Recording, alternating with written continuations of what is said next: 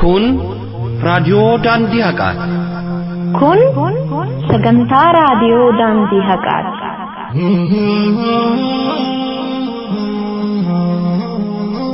Raadiyoon daandii haqaa sagalee hawaasa musliimaa bal'aati. Sagantaan raadiyoo daandii haqaa torbaanti alalam kan isiniif dhiyaattu ta'a.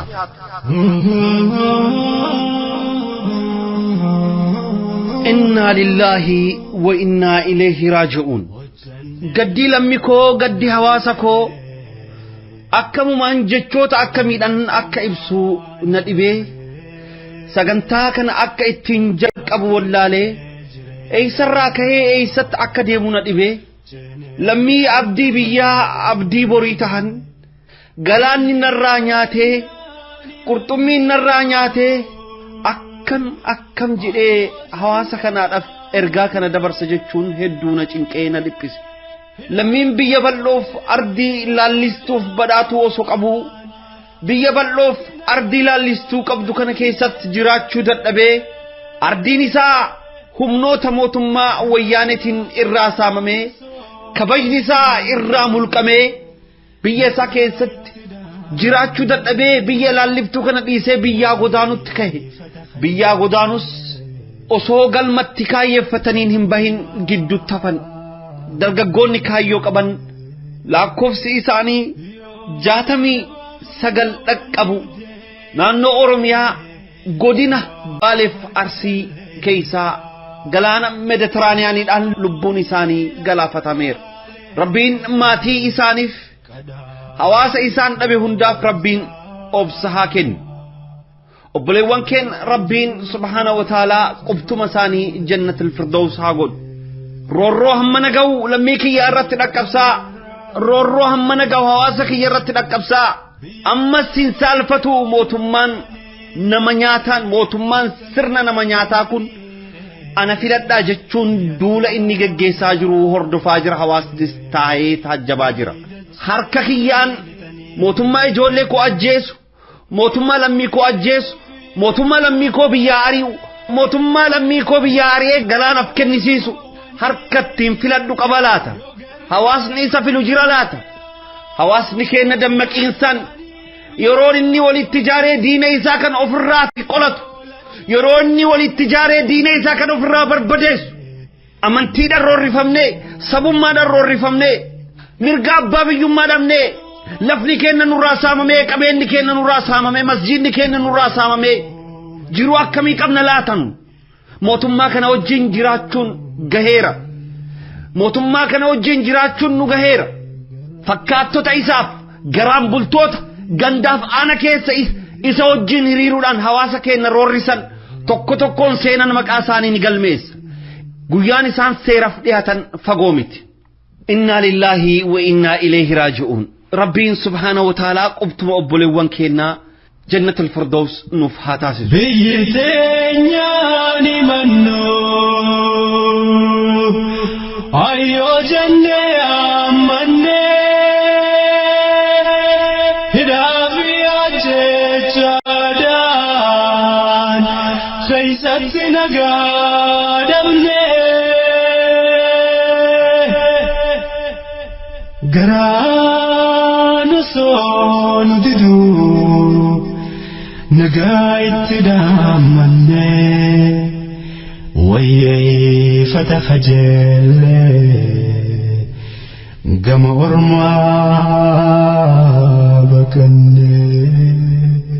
Kabajamtootaaf hordoftoota dhageeffattoota sagantaa raadiyoo daandii haqaa garaan keessi keenya madaa'ee jira jechoota gadda keenya ittiin ibsannu dhabnee jirra jechoonni nu hanqatanii jiru hamma yoomitti hawaasni kiyya boo'aa jiraata hamma yoomitti hawaasni keenya gadaantummaadhaan tumamaa jiraata biyya keenya keessatti ardii keenya keessatti afaanni keenya luugamee hamma yoomitti jiraanna mirgi keenya sarbamee hamma yoomitti jiraanna jiruun kun dhaabbachuuf gahuudha qaba nagaa isaan gaafachuu hin daganne السلام عليكم ورحمة الله وبركاته لجين كنا كان أنيرا أبوكاتي تبين لجين قد أمره إدوي سنجرتنوت بيا كيسف بيا ألت كم قالف باديا كيسة تجرتن هاوان إجولي ماتين إجولي كيسن أبدن أيون إلما كين أبد أبان إلمو كين أبد كان أبليسا كان كين أبد كان أبليتي كين أبد ربين الصبري إسنيفاكي أكم نجي أجلتو نجيني كيسن بدأدا دادو ببارو نما سأي كيسن نجا دكا قدام كيسن نجا أردان كيسن نجا كين كيسن نجا يويا أجني هركفون قد كيسن قد كينيت نبدين كيسن نبدي كينيت المان قلان الرتل من كان هندو ولين كمنا كنتم ساس سغنتا راديو داندي حقا كوتا أفرتمين سغلفا مي كلاني صديق كما لما فكراني شن روبيج عامسا شن كما لما فتورب رجب دقدمي أفور كما تقوف ديبا أفريف سودومي جا أكلا كوفسا هجرات قليا أربيا إسني تمساتو دقيق فتوتا خوردفتوتا كين سغنتا راديو داندي حقا قليا روبي gama keessanitti tamsaasuudhaaf gama stuudiyootti seennee jirra hamma xumuraa sagantaa keenyatti nu wajjin turaan affeerraa keenya yoo biyyi ofii hammaatee biyya bahuu hawwanii yoo garri deeysan nagayaa kaanii biyya sokkanii yoo lachuu nagaya dabdee Megaramo makani yo lachu nage hadabde megaramo makani lamin ken waluma galat jollen ormo godina bale keessa lakofsan shattami saddeetanif godina arsi keessa jollen kuchun kudani tokko waluma galat 69 magala finfinne rammo jollen saddeet waluma galat لبون نموت ترباتمي تربا غلافة تمير ربين قبط مساني جنة الفردوس هاتاسيسو أجيب فتوتاف هردفتوتا كين سغنتا غيار دافتهان جنوك اندي فنيك أبني يهاني جرا سغنتا كين نا غيار داكيست قبي أدو أكسمس قبي شنقرسا موتما الدوائف تبني سياسة إسا سرنا حق أكيست ببلت مالك فقط قبيك اندي فنسنيك أبن قبين قلمس أكسمس سينا أستاذ أبو بكر كتا جنازة كيسف قبني إهاني جرى همت أمرا سغنتا كينا تنوجين تران أفيرا كين سغنتا وان غيار داكن إسنيف كنديسي إسنيف غجيس أنا أبوليس كيسن حمزة بوراناتي كما تكنيكاتين أبوليس كين أبو الخير نوجين تران قبي كين هندا دورا كندرس قبي أدوتي قبي أدوجين ترتيغاري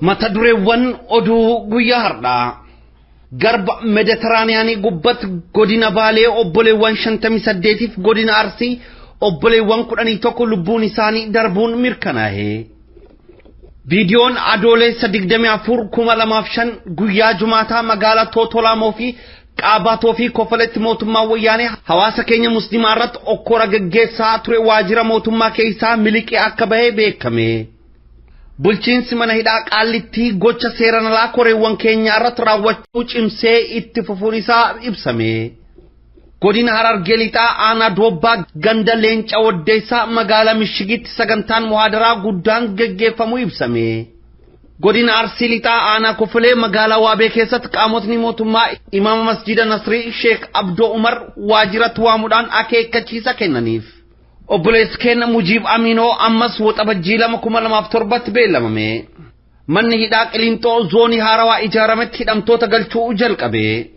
barattoonni musliimaa yuunivarsiitii Maqalee moonaa alattis akka salaata jamaan hin salaanne dhorkamuun isaanii ibsame daddachii muslimtoota galmee amaana safaa jalatti himataman wiixata caamsaa 3/2007 osoo hin adeemsifamin oole sagantaaleen deeggarsa qabsoof koree biyya alatti taasifamaa jiru ammas cimee itti fufeera amma oduu bal'inaan inna lillahi wa inna ilayhi raaji'uun garba mediteraaniyaanii gubbatti godina baaleetii obboleewwan 58f godina arsiirraa obboleewwan 11 lubbuun isaanii galaafatamuu mirkanaa'e lammiiwwan biyya keenyaa kan garba mediteraaniyaanitiin liqinfaman gidduu dhalattoonni baalee aanaa roobee dalloomanaa gobbaa agarfaa hisuu fi kan aanaan isaanii hin beekamnii fi obboleewwan keenya godina arsii aanatu adda addaarraa kan jiranii fi maqaan isaanis maddoonni raadahaa liibiyaa irraa nuuf gabaasaniiru.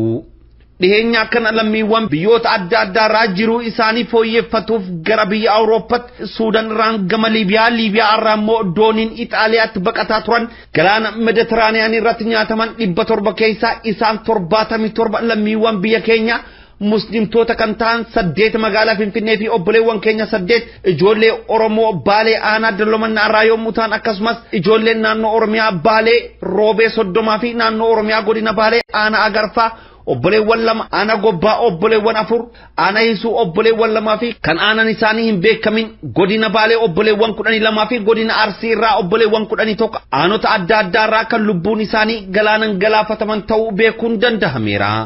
walumaa galatti ijoolleen Oromoo godina Baalee keessaa lakkoofsaan 58 godina Arsii keessaa 11 walumaa galatti ijoolleen Oromoo lakkoofsaan 69 yommuu ta'an ijoollee Finfinnee wajjin lubbuun namoota 77 akka galaafatame odeeffannoon nu dhaqqabee eeraa jiru. Rabbiin obboleewwan keenya qobtuma isaanii jannata haa taasisu. obboleewwan keenya maqaan isaanii nu dhaqqabee walumaa galatti 69 yommuu ta'an godina Baalee aanaa Roobee lakkoofsaan 30 aanaa Dalloomanaa obboleewwan 8 gobbaarraa obboleewwan 4 aanaa Hisuurraa obboleewwan 2 aanaa Agarfaarraa obboleewwan 2 fi godinuma Baalee keessatti kan aanan isaanii hin beekamin obboleewwan 12 yommuu ta'an obboleewwan keenya godina Arsii aanota adda addaarraa lakkoofsaan 11 akka ta'an maddeen nuuf gabaasaniiru. maqoota obboleewwan keenya haala armaan gadiitiin isiniif tarreessina. maqoota obboleewwan keenya Baalee Roobee haala armaan gadiitiin isiniif tarreessina. Rabbiin qubtuma obboleewwan keenya jannatul firdoos haa taasisu. tokkoffaa Jibriil Goobee, lammaffaa Muftaahuddin Ahmed, sadaffaa Abdulaziz Muktar, afraffaa Muwaaz Faqii, shanaffaa Mubaarak Muhammad Jaylaan, ja'affaa Fuwaad Abdul Hakim, torbaffaa Yisaaq Muhammad, saddeetaffaa Sufyaan Kadir, sagalaffaa Muwaaz Abdusalaam Abdul Qaadir, kudhanaffaa Hamza Abdusalaam, 11ffaa Caalaa Ibrahim, 12ffaa Idris Muhammad, 13ffaa Ahmed Muhammad, 14ffaa Hamza Muhammad, 15ffaa Hamza Hasan, 16ffaa Bayaan Jaylaan, 17ffaa Suudi Abdul Qaadir, 18ffaa Abdul Hafiz Kadir Ibrahim, 19ffaa Abdul Basit Kamal, 20ffaa Ibro Hajiroba, 21ffaa Zubair Abdul Jabbar, 22ffaa Anwar Umar Ali, 23ffaa Kadir Rorisa, 24ffaa Abu Shashanafi, 25ffaa Ahmed Kadir, 26ffaa Abdi Awwal, 27ffaa Muzayyin Abdul Qadir, 28ffaa Musbah Kadir Waliyi, 29ffaa Abdu Jarso, 30ffaa Redwan Hussein Kadir magaalaa Roobee irraa yommuu ta'an dargaggoonni 8 kan naannoo Oromiyaa dhalattoota godina Baalee magaalaa Dalloomanaa ta'an balaasan keessa jiraniif maqaa isaanis akka armaan gaditti isiniif tarreessina. tokkoffaa Abdurrazzaq Abubakar, lammaffaa Bariisaa Abdul Wahhab, sadaffaa Sayfuddin Aliyyuu, afraffaa Redwan Muhammad, shanaffaa Aliyyi Rashad, isaan Amaan, torbaffaa Nuumaan Hussein, saddeetaffaa Siraaj Muhammad akka ta'an beekameera. obboleewwan keenya Baalee aanaa gobbaarraa tokkoffaa Kadir Yuunee, lammaffaa Abdusalaam Abdullah, sadaffaa Maammee Amaan, afraffaa Abdusalaam Rabbii, akkasumas godina Baalee aanaa Hisuurraa tokkoffaa Awwal Jaylaanii fi lammaffaa Sa'ad Umar Haji Muhammad, godina Baalee aanaa Garfaarraa Toofiq Abdurrazzaq, lammaffaa Abdul Hafiz Kadir Ibrahim, obboleewwan keenya godina Baalee irraa kan aanan isaaniin beekamin tokkoffaa Abdul Karim Ammishuu, lammaffaa Abubakar Aliyyi Badhaasoo, sadaffaa Mustafa Haji, afraffaa Abdusalaam Kadir, shanaffaa Ahmed Kadir, ja'affaa Aliyyi Mustafa, torbaffaa Abdi Awwal, saddeetaffaa Amin Jaafar Tamaam, sagalaffaa Umar Jaylaan, 10ffaa Redwan Hussein, 11ffaa Muayyan Adam, 12ffaa Jaafar Umar akka ta'an beekameera. obboleewwan keenya godina Arsii aanota adda addaarraa tokkoffaa Muzayyan Dabaluu, lammaffaa Abu Gishaa, sadaffaa Amin Gishaa abbaa alangaa ta'uudhaan godina Arsii lixaa keessatti kan tajaajilaa ture, sadaffaa Jamaal Umar, shanaffaa Amin Umar, ja'affaa Muktar Qaadii, torbaffaa Saadam Bilisaa, saddeetaffaa Aniiraa Sufiyaan, sagalaffaa Suudii Sufiyaan, 10ffaa Dasee, 11ffaa Ibrahim Iwwii akka ta'an maddeen keenya Liibiyaa irraa nuuf gabaasaniiru. dargaggeeyyiin abdii biyyaaf maatii isaanii ta'uun kan biyya badhaatu fi laalliftu hundaaf haadha taate Oromiyaa osoo qabanii dhiibbaa mootummaan abbaa irree isaan irratti gaggeessuun biyya isaanii keessatti jiraatanii jireenya isaanii kan jijjiiruu hin dandahiniif jiru fooyyee barbaanna jechuun manaaf maatii isaanii irraa adda bahuun kan alatti hafan ta'uun hedduu kan nama gaddisiisudha. Kana hundaaf kan nu saaxilaa jiru mootummaa abbaa irree wayyaanee kan gateetti hawaasa keenya gubbataa irroorrisaa jiru tokkummaa keenya jabeessinee kallattiilee adda addaatiin ofirraa qolachuun lammiin keenya biyya isaa keessatti mirga abbaa biyyummaa hamma goonfatutti jabaatee qabsaa'uun ala carraa biraa kan hin qabne ta'uu wal nama kan gaafachiisu miti. Bilisummaan yoomuu kadhaan hin argamtu. Rabbiin obboleewwan keenya qubtuma isaanii jannata haa taasisu. Nuti qopheessitoonni raadiyoo daandii haqaa maatiiwwan isaaniif firoottan isaaniif akka Rabbiin sabrii isaanii kennu hawwina. Rabbiin obboleewwan keenya qubtuma isaanii jannata nuuf haa taasisu. Maatiiwwan obboleewwan keenya muraasa dubbisuudhaaf yaalii taasisnee jirra. Gadda guddaa isaan keessa jiran bilbiluudhaan qooda fudhanneerra. Maatifis Rabbiin sabri akka kennu ergaa kenna lakkoofsa bilbila maatiiwwan arganne hunda bilbiluudhaan dabarsuu yaalii taasifneerra. Rabbiin ammas maatiif hawaasa isaan dhabe hundaaf obsaa haa kennu. Viidiyoon adoolessa 24/2005 guyyaa Jumaataa magaalaa Totolaamoo Qaabatoo fi Kofaletti mootummaa wayyaanee hawaasa keenya musliimaa irratti okkora gaggeessaa ture waajjira mootummaa keessaa miliqee akka bahe beekame.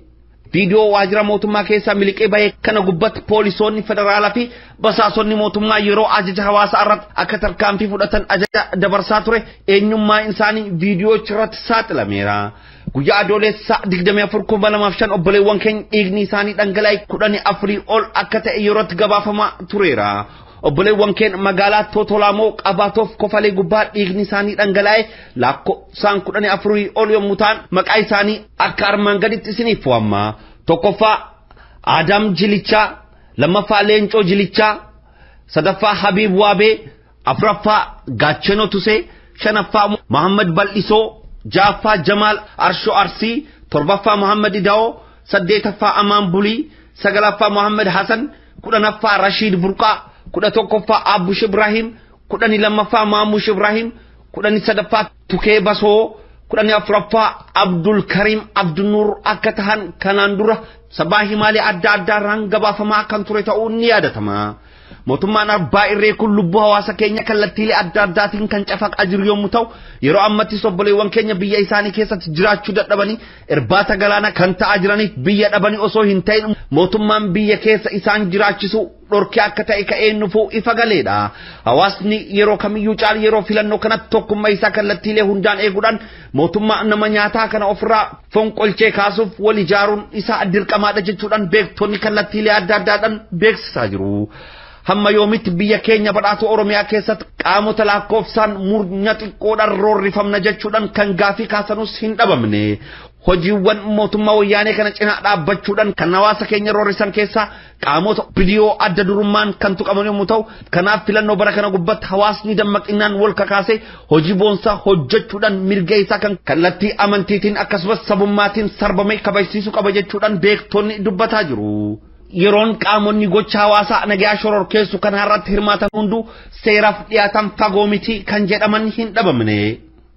Bulchiinsi mana hidhaa Qaallittii gocha seeraan alaa koreewwan keenya irratti raawwatu cimsee itti fufuun isaa ibsame. Manneen hidhaa Qiliinxoof Qaallittii kan bulchiinsota mana hidhaa federaalaatiin bulan gocha seeraan alaa hidhamtoota irratti raawwatu cimsee itti fufuu maddoonni gabaasan. Koreen keenya fi obboleewwan keenya yeroo baay'ee gocha seeraan alaa isaan irratti bulchiinsi mana hidhaa raawwatu gama abukaatowwan isaaniitiin mana murtichaaf ragaa wajjin dhiyeessaa turanus bulchiinsi mana hidhaa tokko fiduu hin dandeessan jechuun gocha seeraan alaa isaa cimsee itti fufuu isaa beekame.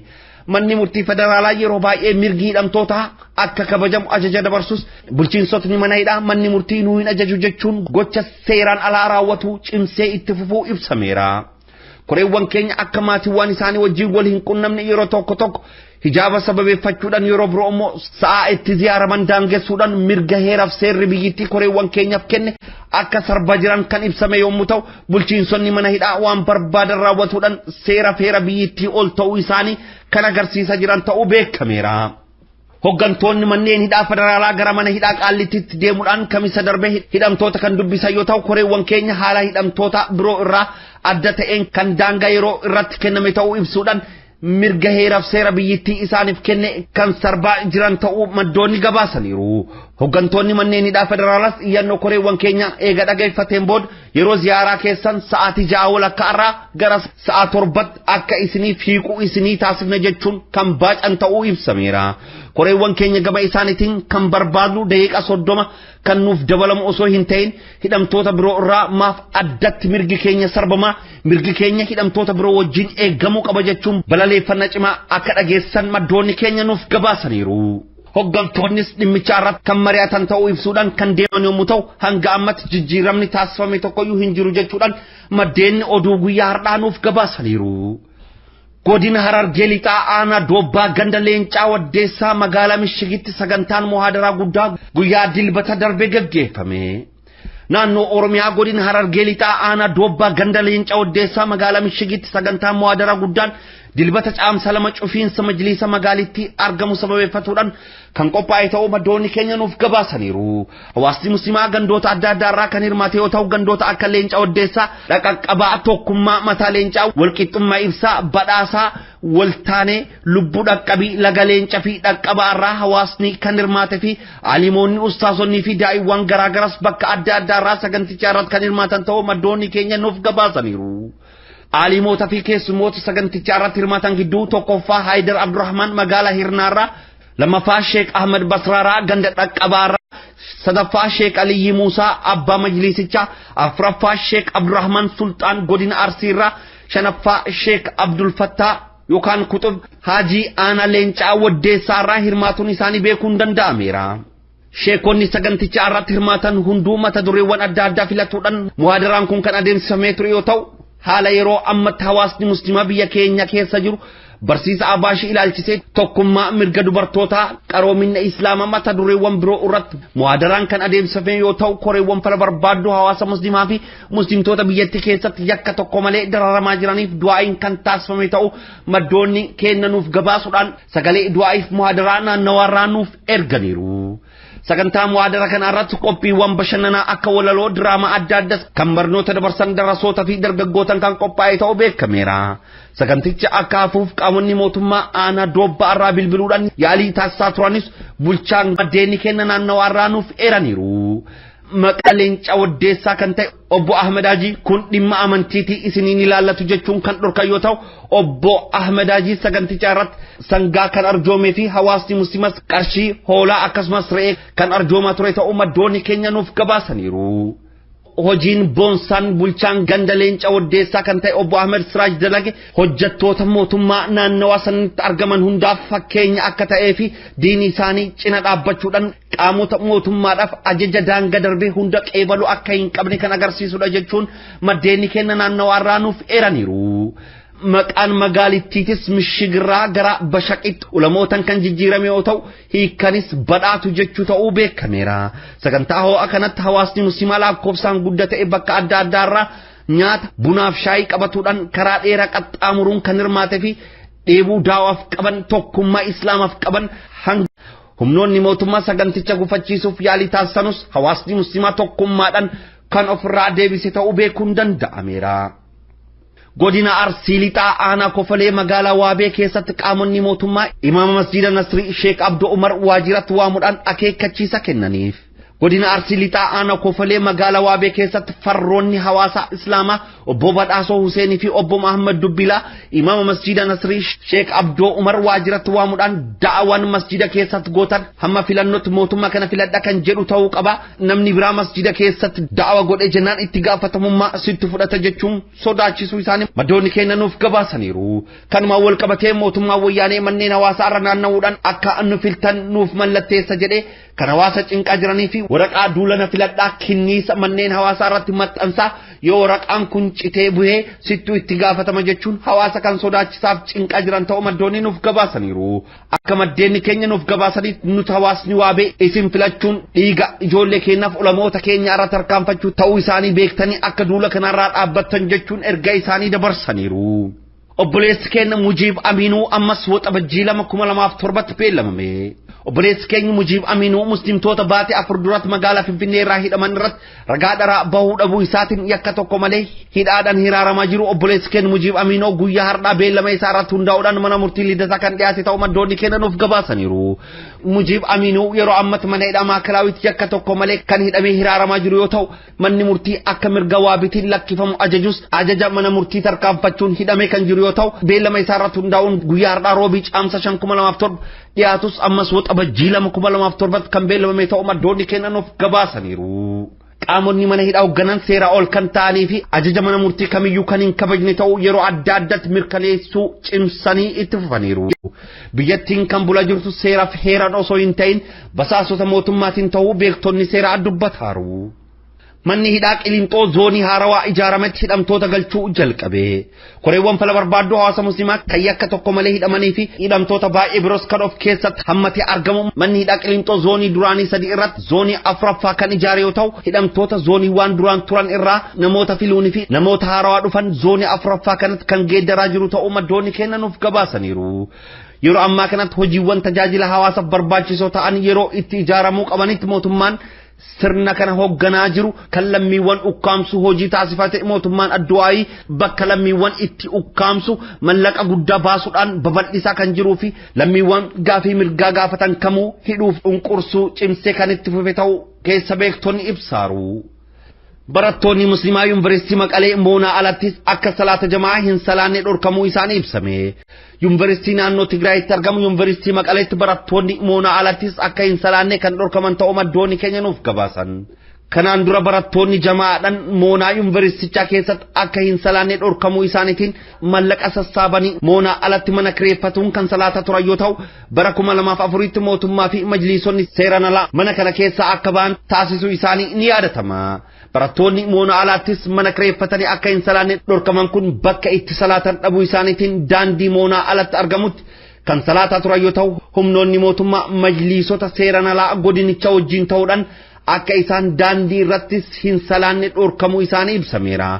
Barattoonni sochii abaashii naannoo irratti gaggeessan manni namoota 10 hanga 20 keessummeessu naannoo yuunivarsiitichaatti kan argamu ta'uu kan beekamee fi majliisni seeraan alaa godinichaa barattoota kan dhorkisiisaniif akka masjida kanatti dhufanii abaashota wajjin makamanuuf ta'uu ibsameera. Moonaa yuunivarsiitii Maqalee kan addi haqqii jedhamutti jamaa'aan barattoota 400 lakkaa'aman kan itti keessummeeffamanii turan yoo ta'u barattoonni kun jamaa'aadhaan moonaa alattis akka hin salaanne majliisonni seeraan alaa gufuu kan itti ta'aa jiran ta'uu maddoonni keenya nuuf gabaasaniiru. Sochiin mootummaan seekularizimii da'oo taasifatuun barattoonni yuunivarsiitii alattis akka hin salaanne taasisaa jiru islaamummaa balleessuuf kan socho'aa jiru ta'uu kan agarsiisudha jechuun maddoonni ibsaniiru. Dhaddachi musliimoota galmee amaana saffaa jalatti himataman wiixata caamsa 3/2007 osoo hin adeemsifamin oole. Gaazexeessaa Salamoon Kabbadee dabalatee musliimoonni yakka tokko malee galmee amaana saffaa jalatti himataman guyyaa caamsa 3/2007 irraa hanga caamsa 13 ragaa ittisaa isaanii dhiyeeffataniif kan ajajamanii turan yoo ta'u wiixata caamsa 3/2007 akka mana murtiitti hin dhiyeeffamin beekameera. Baatii lama dura obboleessi keenya kan galmee kanaan himatame Salahaddin Sayyid ragaa ittisaa tokko kan dhiyeeffatee ture yoo ta'u ragaa dhiyaatee ture irratti obboleettiin ragummaa ishee kennatti Salahaddin yeroo Keeniyaa magaalaa Naayiroobii turetti gara Ameerikaa deemuuf ispoonsara kan barbaaduuf dhufe ta'uu fi akkasumas yeroo san mana ishii kan ture ta'uu ragummaa ishii bifa bareedaa ta'een kan dhiyeeffatee turte yoo ta'u ragoota ittisaa hafan abbootiin seeraa leenjii qabna jechuun addaan kutuun baatii lama booda guyyaa wiixataa caamsa 3 kan beellaman yoo ta'u guyyaa wiixataa osoo hin dhiyeeffamin kan hafanii fi ragoonni bakka adda addaa irraa dhufanis kan roorrifamaa jiran ta'uu beekameera. Dhaddachi kanaan dura teeffateet gaazexeessaan Salamoon Kabbadee Salahaddin Sayyidii fi Amaana Saffaa dhiibban mana hidhaatiin isaanii fi maatiiwwan isaan irratti adeemsifamaa jiru akka dhaabbatuuf mana murtichaaf kan iyyatanii turan yoo ta'u manni murtis dhimmichi humna isaanii ol akka ta'e ibsuun qaama dhimmii kana ilaallatuuf akka iyyatan jechuun deebii kan kenneef ta'uun ni yaadatama. Mootummaan adeemsi murtii muslimtoota yakka tokko malee hidhamanii fi filannoo booda taasisuuf kan olii gad jechaa jiru yoo ta'u adeemsi murtii koreewwan fala barbaaddu hawaasa muslimaa fi obboleessa keenya Abdurrazzaaq Akmal filannoo booda waxabajjii 17tti beellamamuun beekamaadha.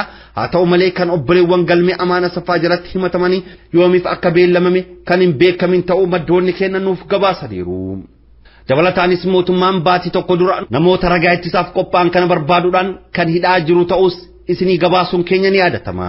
Dhaddacha guyyaa wiixata kanarratti hawaasni muslimaa lakkoofsaan guddaa ta'e hordofuuf mana murtii lidata argamus dhaddachi osoo hin adeemsifamin ooleera. Sagantaaleen deeggarsa qabsoof koree keenyaa biyya alatti taasifamaa jiru itti fufeera. Musliimoonni biyya keenya kan Ameerikaa Naashviil Teenis jiraatan sanbata darbee caamsa 2007 koreewwan keenyaaf deeggarsa isaanii ibsan. Musliimoonni biyya keenya kan Ameerikaa Naashviil Teenis jiraatan sanbata darbee caamsa 2007 koreewwan keenyaaf deeggarsa isaanii ibsuun isaanii beekame.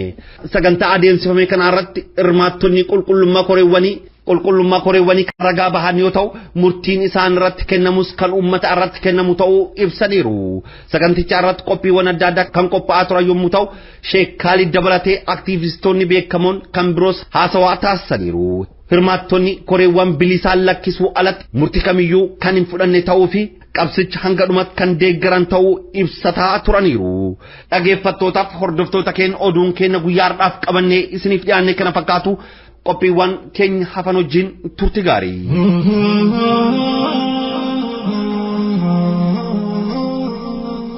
Inna lillahi wa inna ilayhi raaji'uun. Rabbiin subhaanahu wa ta'aalaa hawaasa keenyaadhaaf obsa haa kennu. Rabbiin subhaanahu wa ta'aalaa obboleewwan keenya qubtuma isaanii jannatul firdaws nu haa taasisu. Maatii isaanii kallattiilee adda addaan biyya keessaaf biyya alatti argamtan Rabbiin obsa isaanii haa kennu. Inshaallah hamma dandeessaniidhaan maatiiwwan ijoollee isaanii dhaban bira dhaabbachuudhaan isaan sabarsiisuudhaan gargaarsa barbaachisu hundaadhaan akka bira dhaabbattan waamicha isiniif taasifna. Mootummaan abbaa irree wayyaanee yeroo ammattis duula ana filadhaa jedhu gaggeessaa jira. Mootummaan kun mootummaa saalfii qabuu miti. Mootummaa hawaasa tuffate. Deebiin isaa maal akka ta'uu qabu hawaasni ni murteessa. Cunqursaa mootummaa adduwaayii yookaan TPLF wayyaanee akkasumas jalliyaateen isaa OPDOf tapha siyaasaatti babal'ate kan haala akkamiidhaan ilaalla. Hawaasni muslimaa filannoo itti dhufee jiru kanaaf deebiin inni kennuu qabu maalidha? Keessattuu lammiiwwan keenya Oromoo deebiin isaan kennuu qaban maalidha? Qophii jettu akka armaan gaditti qindeeffannee dhiyaannee jirra. Nu wajjin tura. Majjada jiran sila maaliifuu fi taphatu. Majjada jiran sila maaliifuu fi taphatu. Eegaraa bisanallee silallee maal sodaatu islaamummaaf nu jibbanii filannoo nu jaalatu. Heeraaf seera biyyattii keeyyata 8 irratti akka ibsametti uummanni madda eenyummaati. Kana ta'uu immoo bakka bu'aa amantii isaanii mirgaaf eenyummaa isaanii isaaniif kabajutti kennatuudhaan akka mirkaneeffatan keeyyatichi kan ibsu. Kanaaf kan filannoon fakkeenya qabsoo nagayaat kan jedhamuuf filannoo irratti hirmaatuun fakkeenya lammii biyya isaa jaalatuu fi fayyaalessaati. Hawaasa muslimaa waggoota 3f cunqursii adda addaa bifa duulatiin irratti raawwatamaa tureera. Haa ta'u malee cunqursii hammana ga'u irratti raawwatamus nageenyummaa isaa eegsisee har'a dhaqqabeera. Dirree qabsootti filannoowwan adda addaa jiraatanus hawaasni muslimaa qabsicha kaayyoo isaa irratti ta'uudhaan deemsa isaa dheeraa fedhii rabbiitiin itti fufsiiseera. Hawaasni cunqurfame bilisummaa isaatti fayyadamuudhaan kan badii hojjetan akka sirraa'an taasisuu uummata wajjin wal dhabanii misoomis ta'ee guddina milkaa'ina qabu galmeessuu akka hin dandeenye hubachiisuun ni barbaachisa. Waggoota 3 dura musliimoonni Itoophiyaa seera irratti hundaa'uun gaafii isaanii ifa taasisuun aangaa'ota mootummaatiif gaafii amantii fi seeraa heeraa 3 hubachiisaniiru. Haa ta'u malee mootummaan karaa duubatiin kaayyoo amantii to'annoo jala oolfatu waan qabuuf bakka bu'oota hawaasa muslimaa kan seera qabeessa ta'an dharaayyakuudhaan gara mana hidhatti darbuudhaan sochii nagaa kana humnaan dhaabuu yaaluu filateera. Qabxiin mootummaan hin beekinii fi hanga ammattuu hubatuu hin danda'in qabsoo nagaa tumaan safree bichaadhaan kan injifachuu hin dandeenye akka ta'e hubachuu hin dandeenye. Sababnis qabsoon nagaa tooftaa qaamni meeshaa hidhate itti hin leenjifaminitti waan fayyadamuuf. Mootummaan labsiiwwan seera feera biyyattii humnaan tarkaanfatuudhaan koreewwan hawaasa muslimaa kan sochii nagaa kan hoogganaa turan dokumentari dharaa kan jihaadawii harakaat jedhamu irratti hojjetuudhaan eenyutu anaa ol jechuun ajaja mana murtii tarkaanfachuudhaan siyaasa isaa kan bu'a tokko hin qabne geggeeffatuuf yaaleera. Tarkaanfiiwwan isaa kan biraatiin murtiin isaanii gara murtii siyaasatti geeddaramu agarsiiseera. Torbee dabarsinettis mootummaan Adduwaayii guyyaa murtii koreewwanii kan eebila 30 beellamame akka filannoo biyyaalessaatiin boodatti taasifamu taasisuudhaan manni murtii kan hoogganamu siyaasan malee akka haqaan hin ta'in hubachiiseera. Gochi kun haqa diriirsuu caalatti dhimmi filannoo Adduwaayii kan yaaddeessu ta'uu nu agarsiiseera. Aarii uummataa madaalli keessa galfatuun guyyaa murtii filannoo irraa fageessuun isaa ammas mootummaan kan itti yaaduu hin danda'inii fi hawaasa musliimaa wajjin kan wal dhabbii keessa seene ta'uu kan hubachiisudha. Mootummaan cunqursaa waggoota 3 darbaniif hawaasa musliimaa irratti raawwatee ture duula filannoo ta'uu dagate fakkaata. Cunqursaa waggootaaf tureerra duulli na filadhaa ni eegama. Adduwaayiin mootummaan Adduwaayii yookaan TPLF wayyaanee duulli na filadhaa inni jalqaba taasise gaafii hawaasa musliimaa kan eebila 26,2004 osoo hin deebisin yeroo itti hafettidha. Achi boodas duula na filadhaa bal'innaan itti fufeera. Miidiyaawwan isaatiin sochiiwwan nagaa xureessuu yaalii taasisuudhaan duula na filadhaa taasise. Koreewwan keenya ma'akalaawitti roorrisuudhaan duula na filadhaa taasise. Himannaa dharaa banuudhaan duula na filadhaa taasise. Ragoota dharaa leenjisuudhaan duula na filadhaa taasise.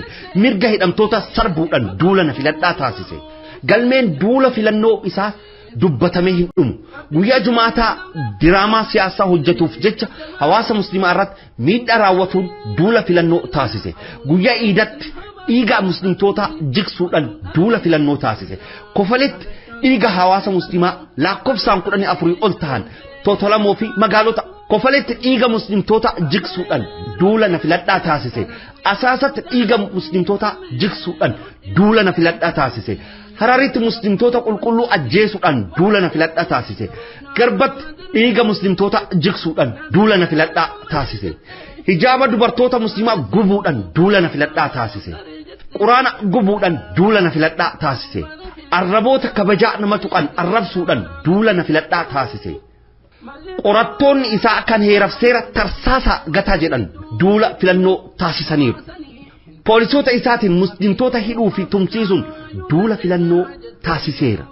Basaasota isaatiif poolisoota isaatiin kan halkana mana namoota ajaja mana murtii alatti sakatta'uun saamicha raawwatanii duula na filadhaa taasiseera. Masjiidota baay'ee namoota barsiisa Abaashi barsiisanitti kennuudhaan duula filannoo taasiseera. Barsiisonni amantii Islaamaa hedduun akka biyya lakkisanii bahan taasisuudhaan duula filannoo taasiseera. Majlisota isaa kan qabaletti filatee ture kuffisuun ammas haara muuduudhaan duula filannoo taasiseera. Mankaraareessitoota Abaashi kan abbaa manaaf haadha manaa adda baasuurraa duubatti hin deebine gara majlisatti fiduudhaan duula na filadhaa taasiseera. Barattoota musliimaa kan haala uffannaa isaanii kan amantiin isaan dirqisiise sababeeffatuudhaan akka isaan barnoota isaanii irraa ari'aman taasisuudhaan duula filannoo taasiseera. Qabatamatti mootummaan filannoo irratti lammiiwwan hunda akka hirmaatan ni barbaada. Miidiyaaleenis ummataaf duula filannoo taasisaniiru. Gandoota irrattis kaabineewwan akka hirmaannaa filannoo taasifamu barsiisuu yaalan argaa jirra. Majlisni hawaasni musliimaa akka filannoo irratti hirmaatu amaanaa jedhaara. Musliimoonni akkuma lammiiwwan kamiyyuu filannoo irratti hirmaatuun mirga isaanii kan lammummaa ta'uu waan beekaniif ni hirmaatu. Kanattis majlisni qabalees ta'e mootummaan ni gammadu jennee yaadna.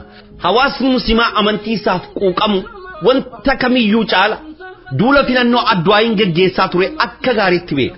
Duulli filannoo ammas hin dhaabbanne.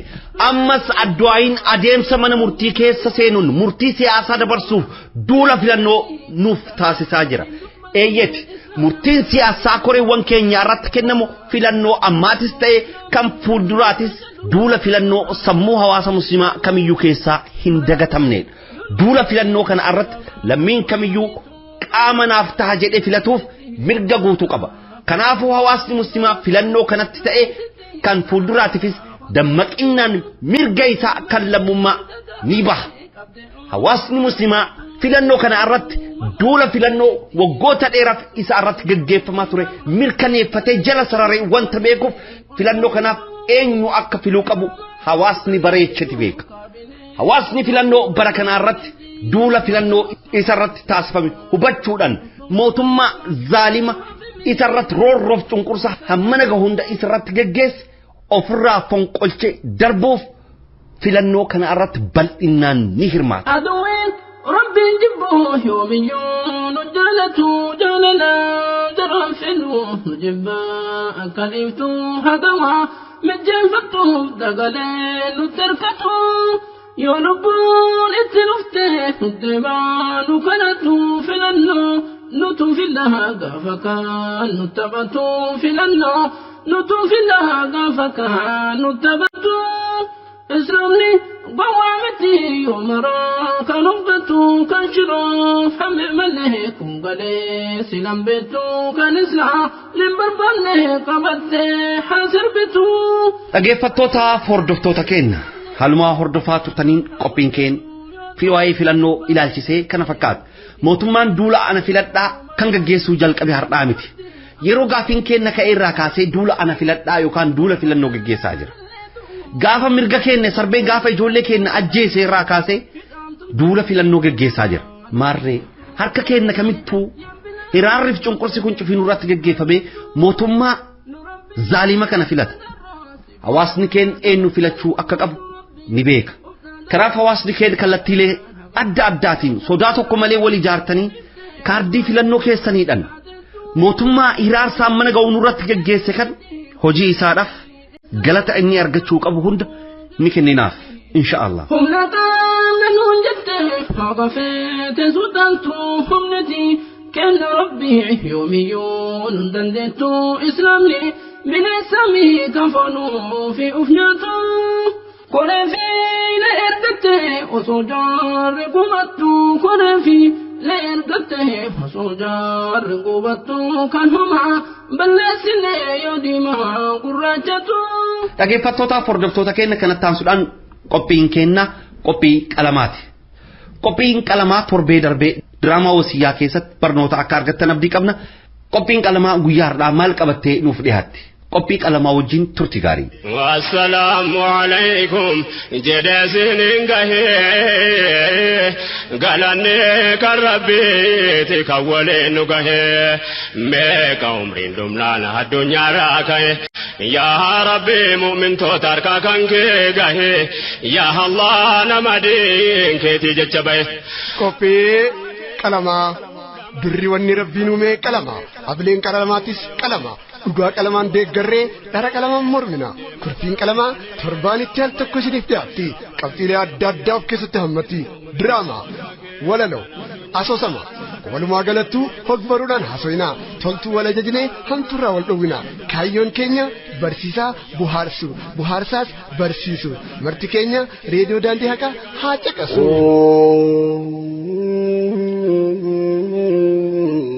Wasiyaa Drama radio barreessaaf qopheessaan Dr. Qaburas Diinaa Burkina Faso Ogaaduu Gurraa taatonni ammoo garee ahlul khayrii ispoonsarii diraamichaa waldaa sabaataa fi sabrii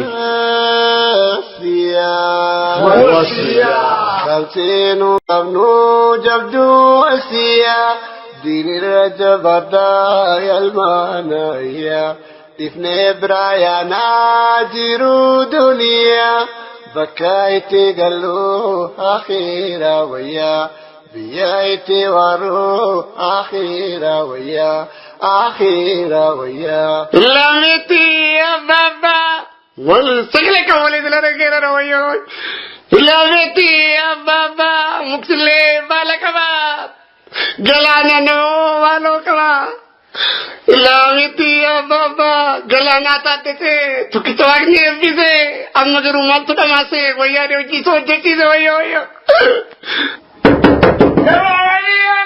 Misena Malo bogolano mal fakam choftu Tole amma irbatu yada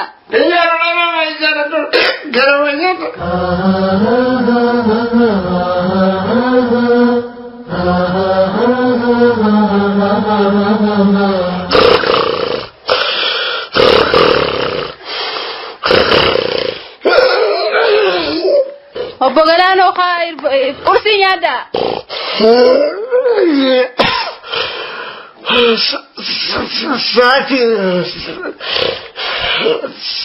Sati में कम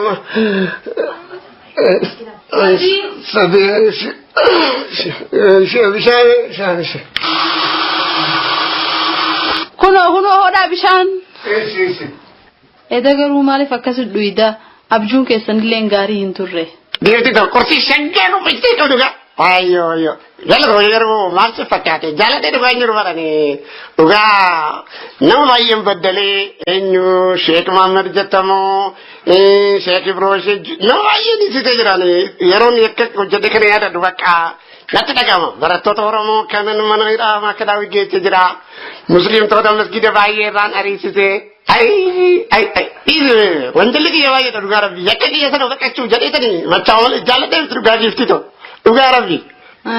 Ni yaadatta gaafa baay'ee jinsiin garagaltu san anilleen as hin turre garuu musliimtootatu mana yaalaa si geesse jedhan dhugaa rabbi ummata keessa gad ba'uudhaaf niin saalfadhe kanumaafuu maaltu furmaata jettu. Gaarii dhagaruu anilleen gidduu kana baay'ee addeen jira akkuma sitti saayikolojiin kiyya baay'ee jeeqameera guddoo.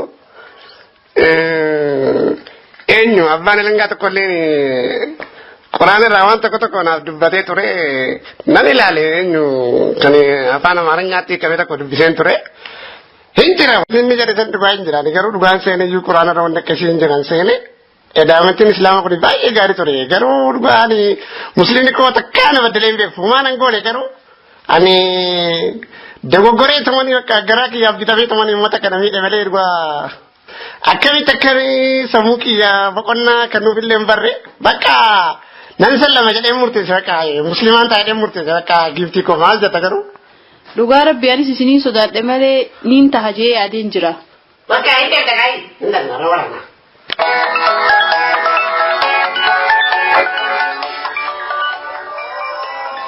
Hello. Hello. Bukalana, endaga muarramani, wajira sentani. Endaga, dafee rafne yo sanu nan human wana rajro. Wanara singira wajira bala martumara isin barbaadan jedhi miiliti me dhufani jiran kanaafu dafa gota. Akkarme ammata si kotara kawani dubalti. Ayyeda. Dafa gota. Ayye nara fudu wasiya ayye tole aya ni fudanna wasiya ayye tole aya nada gayal maya ayye tole aya wal jalatu nuya ayye tole aya نتكفيان تلايا أيتوليا بتكم نويا أيتوليا عندما دوسيا نرى فدوسيا أيتوليا نفودني وسيا dhaggeeffattoota hordoftoota keenya ammas turtiin keessan akkuma nu wajjin ta'etti taafufuu jenna kana taasisuudhaan qophiin keenya waa'ee seenaa Ustaaz Abubakar Ahmed isin yaadachiisuu barbaanna seenaa gabaabduu Ustaaz Abubakar Ahmed haala akkasiidhaan qindeessinee jirra nu wajjin tura.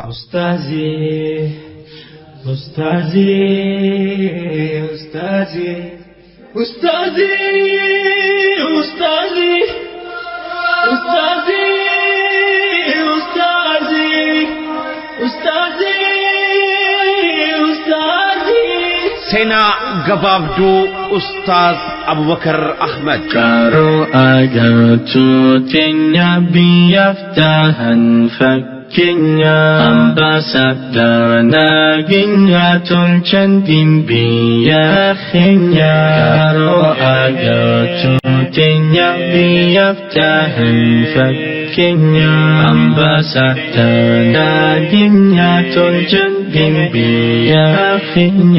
مقاغوتو أبو بكر أحمد محمد أحمد برد ألوتا مدي قراني توك كما توكوف إبا سغاليف جاتمي سغال إدون ألوتا كيبا ولو مغالا ديسي صدر كام برنوتا برمس صدر كالم مفا مغالا ديسي تمرير برنوتا ديني إرا يرو إجول ما إسار راكاسي أبا إسار را قرآن قرائر barnoota bu'uura diinii alimoota adda addaarraa hordofeera. Ustaaz Abubakar Ahmed kan fuudheef abbaa ijoollee jahaati. Hojiin isaanii daldalaadha. Ustaaz Abubakar Ahmed amala isaaniitiin bashaashni fuula isaaniirraa kan hin dhabamneef namoota hedduu kallattii adda addaan isaanitti dhufan keessummeessuudhaan yeroo hedduu kan yeroo isaanii dabarsaniif namni isaanitti dhufee kamuu osoo hin keessummeeffamin kan hin deebineef hojiiwwan diinii irratti yeroo kamuu adda durummaadhaan dursee kan argamu quuqama diinii isaaf qabuudhaan kan beekamuuf haasawa isaa cimaa fi onnachiisaadhaan kan beekamuudha. Waltajjiiwwan adda addaa irratti adda durummaadhaan argamuudhaan yeroo kamuu qooda fudhachuudhaan beekama. Ustaaz Abubakar iddoo rakkoon hawaasa muslimaa itti argame kamuu hunda dura dursuudhaan kan argamuun beekamuudha. Barataan rakkataan kamuu Ustaaz Abubakar Ahmed bira deemee furmaata dhabee galee hin beeku. Ustaaz Abubakar akka guutuu biyyoolessaatti hirmaannan isaan qaban maal fakkaata? Mee wajjin haa ilaallu. Bara 1990 irraa jalqabee barnoota diinii barachuuf barsiisuu keessatti hirmaannaa dinqisiisaa taasisaa tureera. Magaalota biyya keenya adda addaa keessatti hojiiwwan da'awaa waggoota 13 socho'aa tureera. Barattoota yuunivarsiitii ijaaruu fi diinii barsiisuu keessatti shoora guddaa taphataa tureera. Bara 1992 hamma 1996 magaalaa Desetti waldaa dargaggoota muslimtoota Desee keessatti walitti qabaatahuun tajaajileera. Bara 1992 hamma 2002 magaalaa Desetti waajjira mana marii dhimma Islaamaa keessatti kutaa da'awaa fi kutaa diinii keessatti hojjeteera. Yeroowwan kana keessatti gaafiiwwan mirgaa hawaasa keessaa jiran irratti hirmaachuudhaan akkasumas gaafiiwwan mirgaa barattoonni kaasan gubbatti hirmaachuun gaafiiwwan qaamota dhimmi ilaaluuf dhaqqabsuun furmaata itti barbaaduu keessatti shoora olaanaa taphataa tureera. Dhaabbattoota Islaamawaa adda addaa qaamota bu'uuressitoota keessa ta'uunii fi hamma miseensa boordii ta'uun tajaajila kennaa tureera. Kanneen keessaa tokkoffaa Al-Wahda Islamic Propagation Association keessatti walitti qabaa ta'uun tajaajileera. Waldaa fuudha sakiinaa fi kaawunsilingii bu'uuressee fi walitti qabaa ta'uudhaan keessatti tajaajileera. Sadaffaa waldaa kidmaa zakaa magaalaa Desetti bu'uuressee fi itti gaafatama ta'uudhaan tajaajila kennaa tureera. Afraffaa magaalaa Waldiyaatti madrasa Salaamii fi mana barumsaa Salaamiif damee magaalaa Finfinneetti walitti qabaa boordii ta'uudhaan tajaajileera. Dhaabni kun hojjettoota 250 kan of jalaa qabu yommuu ta'u barattoota 7,000 akkasumas masjiidotaa fi kalwaa quraanaa 60 ol of jalatti kan bulchuudha. TV Afrikaa dabalatee sabaa himaalee biyyatti adda addaa irratti argamuudhaan dhimma amantiin wal qabate gubbatti barnoota kennaa turaniiru. Akka guutuu addunyaatti hirmaannaan inni qabu hawaasa lammii biyya keenyaa kan biyyoota alatti argamaniif paaltookkiin waggoota 5 oliif barnoota diinii kennaa turaniiru. Dargaggoota muslimaa Itoophiyaa bakka bu'uudhaan biyyoota alatti konfiraansii gurguddaa irratti hirmaateera. Bara 1990 Jibuutitti madrasoolee 2 bu'uuresseera. Sagantaa daawaa gurguddaa 2 kan akka guutuu addunyaatti qophaa'ee ture irratti hirmaachuu danda'eera. Ustaaz Abubakar Ahmed hawaasa isaa diiniif tajaajiluuf kan ka'umsa guddaa isaaf ta'e abbaa isaa Sheekh Ahmed Mohammed akkasumas alima guddaa magaalaa Desee Sheekh Adam Musaan shoora guddaa taphataniiru. Ustaaz Abubakar Ahmed seenaa bara kana keessatti dalagame keessaa adda durummaan barattoonni awwaliyaa yeroo iyyaan sanuuf dhaqqabaa iyyatan adda durummaan dhaqqabuudhaan barattoota kana cinaa hiriiruudhaan gaafin isaanii akka furmaata argatuuf kallattiilee isaan agarsiisaa kan ture keessaa adda durummaa waamama. Ustaaz Abubakar goota kan sodaa eenyutuu hin qabne kan rabbi isaa qofaa sodaatuuf wanta dubbachuu qabu dubbachuu alatti kan boodatti hin deebinee fi waltajjii gubbatti argame gubbatti haasawa mi'aawaa fi haasawa onnachiisa isaatiin kan beekamuudha. Siidiiwwan hedduu maxxansuudhaan barnoota diinii biyya keessatti akka faca'u taasiseera.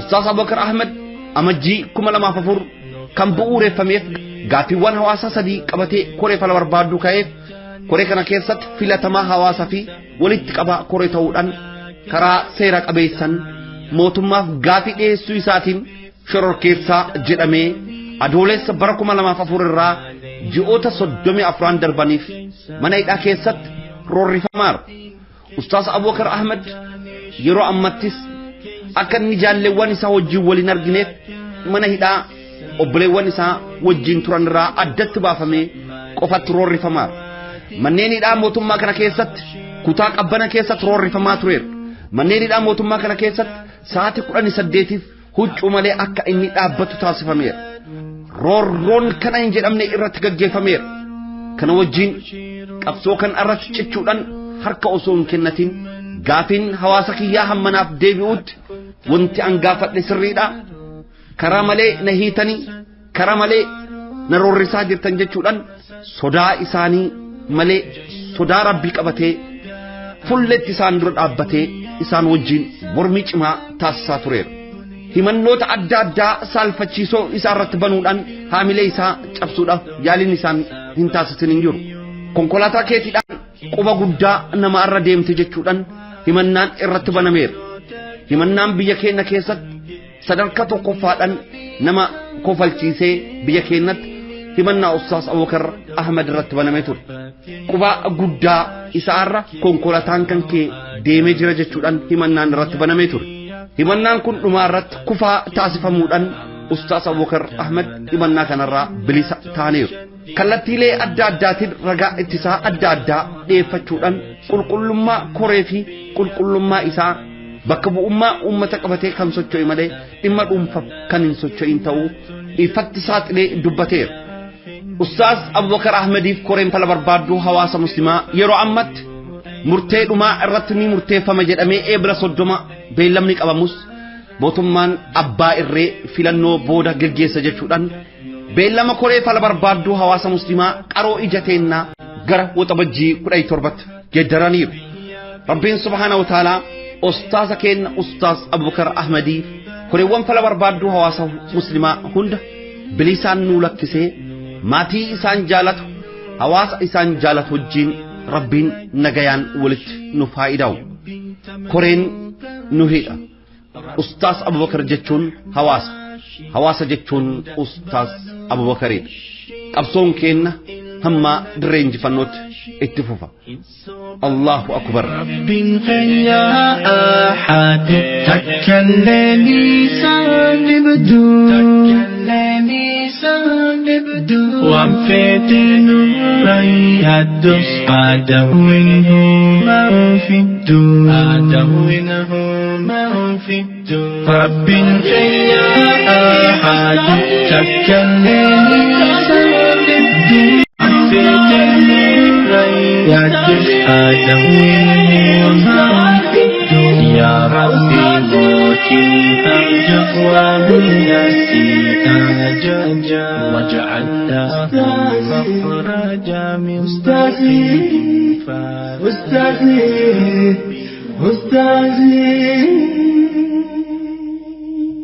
dhaggeeffattoota hordoftoota keenyaa sagantaa keenyaa guyyaa har'aa gama goolabutti deemaa jirra sagantaa keenyaa guyyaa har'aa keessatti qophiin immoo inni nu qabannee qophii kutaa janaazaa keessaa seenan argame maal fakkaata obboleessi keenya Abbaas Ibn al-Islaam wajjin turti gaarii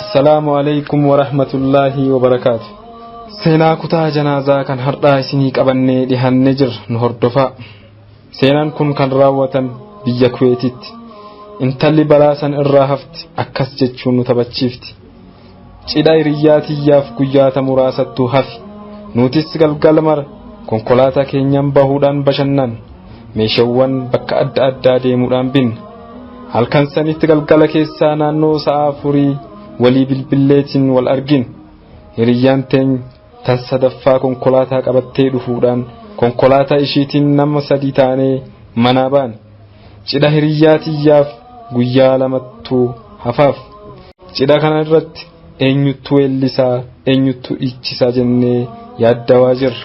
Dhiheenya sanitti konkolaataa keenya keessatti muuziqaa sagalee ol fuunee banuudhaan wajjin weellisaa turre. Haala akkasitti osoo jirruu deemsa keenya itti fufneerra. Konkolaataan keenya tarbee yookaan kooffee bakka mana keenyaa tokko irraa gargaluu jalqabdi. Nutis iyyuu fi booyuu jalqabne. Konkolaatichi gama tokkotti kufe. Namoonni nu biratti walitti qabaman hiriyyaa koo kan konkolaachisaa turte. Waam deebii naaf hin kennitu du'uu ishii mirkaneeffadhu. Ammas gar hiriyyaa tiyya tan aruusatti fuula kiyya deebisi. Afuuranii baafatti. Namoota walitti qabaman gidduu dargaggoon tokko shahaadaa qabsiisuuf yaala. Deebiin hin jiru. Muuziqaan nuti banannee turre hanga ammaatti weellisaa jirra. Dargaggoon kun muuziqicha cufuuf hedduu yaala. Cufamuuf didi. Dhagaadhaan cabsi. Muuziqichi ni dhaabbate. Amma ikkishiin laa ilaaha illallah jettu gaafatu jalqabe. Ammas deebiin hin jiru.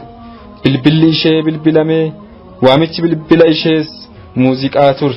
Mobaayila ishii namuutuu hin banne. Muuziqaa san osoo dhageessuu lubbuun ishee dabre. Subhaanallah. Rabbiin kaatimaa keenya nu haa bareechu. Jechi laa ilaaha illallah jedhu qalbii namoota keessatti akka walitti qabamuu hin dandeenye janaazaa intala kanaa irraa barannee jirra. Filannoon ammanuuf kaawameera. Wallee fi laa ilaaha illallah gidduu tokko akka filan.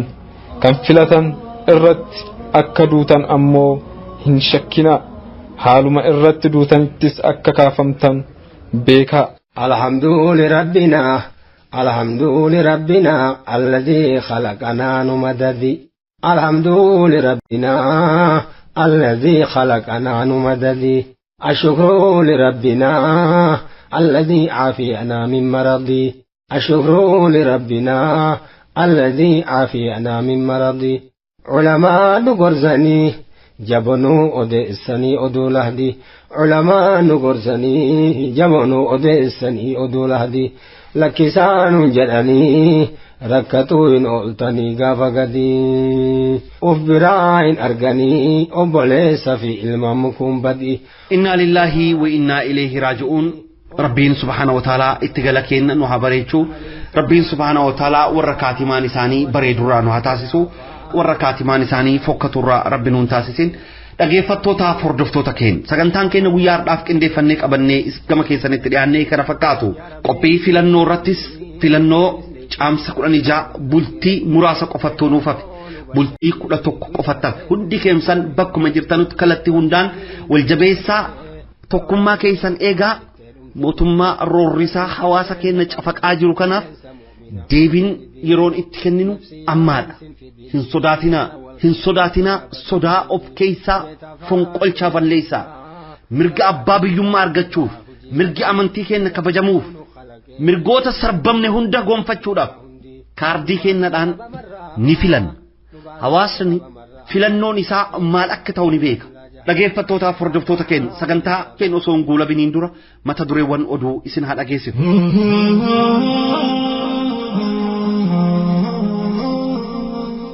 Garba Mediteraaniyaanii gubbatti godina Baalee obboleewwan 58 fi godina Arsii obboleewwan 11 lubbuun isaanii darbuun mirkanaa'e. Viidiyoon adoolessa 24/2005 guyyaa Jumaataa magaalaa Tootolaamoo fi Qaabatoo fi Kofaletti mootummaa wayyaanee hawaasa keenya musliimaa irratti okkora gaggeessaa ture waajjira mootummaa keessaa miliqee akka bahee beekame. Bulchiinsi mana hidhaa Qaallittii gocha seeraan alaa koreewwan keenya irratti raawwachuu cimsee itti fufuun isaa ibsame. Godina Harargee lixaa aanaa Doobbaa ganda Leenca Waddeessaa magaalaa Mishigitti sagantaan muhaadaraa guddaan gaggeeffamuu ibsame. Godina Arsii lixaa aanaa Kofalee magaalaa Waabee keessatti qaamotni mootummaa imaama masjida Nasrii Sheekh Abdoo Umar waajjiratti waamuudhaan akeekkachiisa kennaniif. Obboleessi keenya Mujiib Aminoo ammas waxabajjii 2007 beellamame. Manni hidhaa Qiliinxoo zoonii Haarawaa ijaarametti hidhamtoota galchuu jalqabe. Barattoonni Musliimaa Yuunivarsiitii Maqalee Moonaa alattis akka salaata jamaan hin salaanne dhorkamuun isaanii ibsame. daddachii muslimtoota galmee amaana safaa jalatti himataman wiixata caamsa 3,2007 osoo hin adeemsifamin oole. Sagantaaleen deeggarsa qabsoof koree biyya alatti taasifamaa jiru ammas cimee itti fufeera.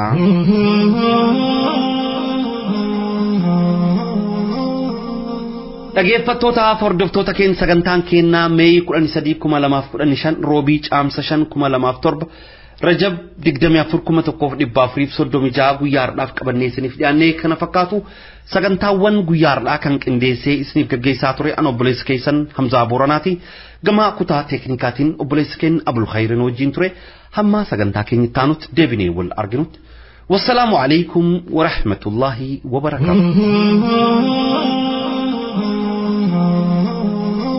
الله ربي يا جبا قبين قمنوه سكبا قوة في قدرة لنقمنوه سكبا قوة في قدرة لنقمنوه سكبا نور الدبني نور كاسوان ندبان الله ربي يا جبا جبين قمنوه سكبا قوة في قدرة لكم سكبا نور الدبني نور كاسوان نور